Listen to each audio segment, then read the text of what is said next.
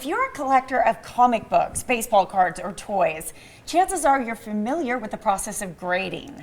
It's an important process to determine the value and authenticity of an item. Yes, here to advise on whether or not you should get your item graded. Collectibles buyer Scott DeLorge from Las Vegas Coin Good Company morning. is joining us now. Thanks for having me back. Welcome in, Scott. Very good. So yes, this is the thing. Most people do know items can be graded. A card, certainly a sports card, maybe a coin, but all kinds of things can be graded. Doesn't have to just be these few select items. Could be a toy, can be a video game, and the purpose of grading is twofold. We do want to know its condition, but we also want to know that it's real. That authenticity is probably the most important factor. Yes, so tell us what you brought in today. So a little bit of everything. So starting with, most people have a lot of comics around the house, and a comic, this is a good Raiders Lost Ark coming out soon, or we have Superman or Captain America.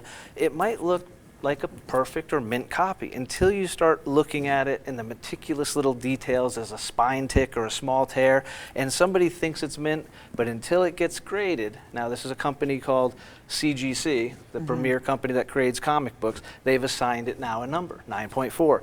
It goes up to 10, which we don't have a 10 on that today, but it does show where it doesn't say you think it's this, I think it's that. It's now become a new asset. It's now graded that number, and official. now it's official. We can now do research and get very fair comps if we're going to buy or sell this item. So Scott, it's interesting. Over at Las Vegas Coin Company, you're the collectibles buyer. Correct. But you don't grade things in your store. It's actually like there's only a few large companies across the country that are Correct. legit Good point. in grading. Absolutely, and we get that call quite often. Not only do you do it, but where can I do it locally? People don't want to go through the whole process. But you're doing yourself a disservice if you go to some company nobody knows of. The purpose of authenticating and grading is that these are world-renowned companies. We have PCGS for coins, we have CGC for comics, we have PSA for sports cards. These companies are known all over the world. If you get it done by some third or fourth party company nobody's heard of, you're not going to get the quality or get the value out of your item. So no, it's not us doing it, and it's not even, unfortunately, anybody local in Vegas, but we do help people understand, A, should I grade this? Just grading something doesn't magically make it worth more money, but also, how do I grade it? What are my next steps? And we help people understand that from any line, from coins, comics, collectibles. Come on down, we'll help you evaluate the item, and if you're interested in grading, give you some direction how to do that. That is Alex Rodriguez. yeah, really cool. Many people realize you do get PSA authenticates that, but they also grade it. That's a new process they're doing. They even assign that a high number, all the way up to a 10 on that. I'm really curious because, you know, with grading, right, you're given a score, a number. What is the difference between grading and appraising something? Oh, great. Yeah, so grading is assigning it the number, and that way, as we mentioned a little earlier, it's not you think it's this or I think it's that. We've now given this a 9, or we've given this a 9.4. If I appraise it, it's kind of subjective. I might appraise this comic for someone, but somebody else might say, well, you missed this, or I think it's that. So I can try to appraise this as it is raw, it's the terminology, but I could be off. There could be something missed. When you send it in and now get it graded, they don't miss much. This is what they do. So they've now assigned it a new number, and now we can take that number and now we can properly appraise it. So your item, when you get it graded, might be assigned a number. You also might find out something a little unexpected, and that is your item is not authentic.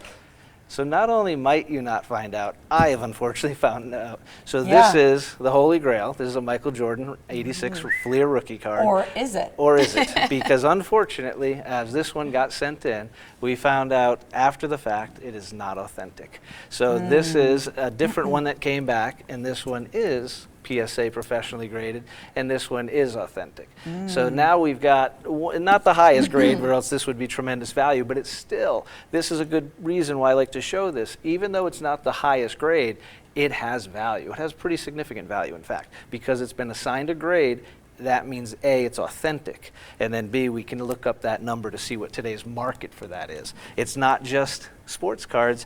We even have good old Charizard, Pokemon, and all this TCG that's out there. Those. This is even a fake first edition Charizard card, not like the original, real PSA graded Charizard card. So this happens all across the field. This could be faked on coins, it could be faked on cards. There's a lot of items. So again, this grading process is twofold. We want to first and foremost find out it's real. Then we get the number to properly assess the value. I tell you what, this is really fun stuff. Anyone who's interested in coins, in jewelry, in collectibles, you head down to Las Vegas Coin Company. As you can tell, they know what they're doing. Our friend Scott is the collectibles buyer at Las Vegas Coin Company, 9555 Eastern Avenue, Suite 140. All the info is right there on your screen.